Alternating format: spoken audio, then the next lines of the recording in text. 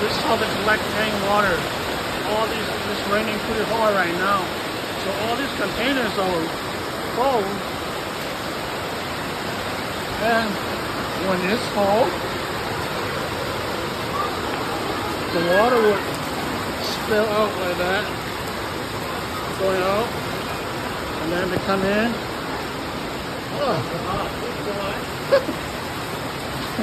and yeah, it finally rained really hard after 10 hot days, and I assume all these containers are empty, so it's all full, and then when it's full, it start coming out like this, going away.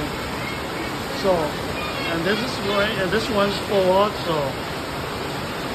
So that's how they collect water to be used.